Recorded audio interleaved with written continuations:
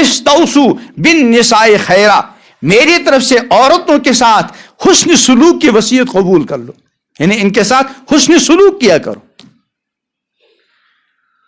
اور فرمایا یہ عورت یہ ٹیڑھی پسلی سے پیدا ہو گئی ہے، اس کے اندر کچھ نہ کچھ ٹیڑھا پن رہے گا، اس کے ٹیڑھے پن کو برداشت کرو، اس کو سیدھا کرنے کی زیادہ کوشش مت کرنا۔ اگر تم نے سیدھا کرنے کی کوشش کی تو ٹوٹ جائے گی، مکمل سیدھی۔ اس نے اگر عورت کے بھی ٹیڑھا پن دکھلائے تو تعجب مت کیا کریں۔ ہمارے ایک بزرگ فرمایا کرتے تھے کہ عورت اگر کبھی ٹیڑھی میڑھی سنائے تو تعجب مت کرو، اگر کبھی سیدھی بات کر لی تو اس وقت کیا ہونا چاہیے؟ تعجب۔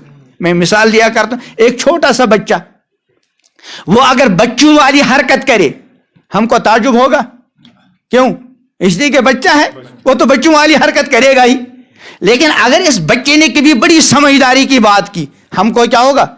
ارے بھائی اتنے سے چھوٹے بچے نے اتنی سمجھداری کی بات کی، اس کو ہم گلے لگائیں گے، اس کو کچھ حوصلہ افزائی کے لیے انعام دیں گے۔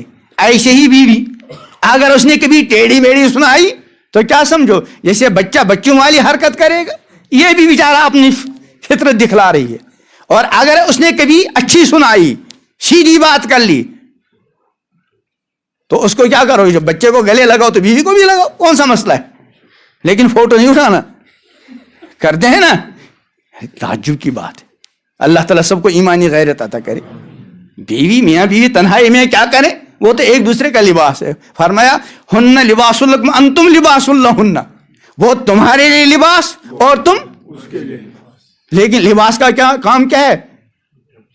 دوسروں کو دیدار کرانا کہ چھپانا؟ ہاں، تو اگر اس نے کبھی اچھی بات سنائی تو اس کو گلے لگاؤ، اس کو کچھ کھلاؤ پلاؤ، لیکن اگر کبھی ٹیڑھی سنائی تو برداشت کرو کہ اس کی فطرت میں کیا ہے؟ ٹیڑھا پن ہے۔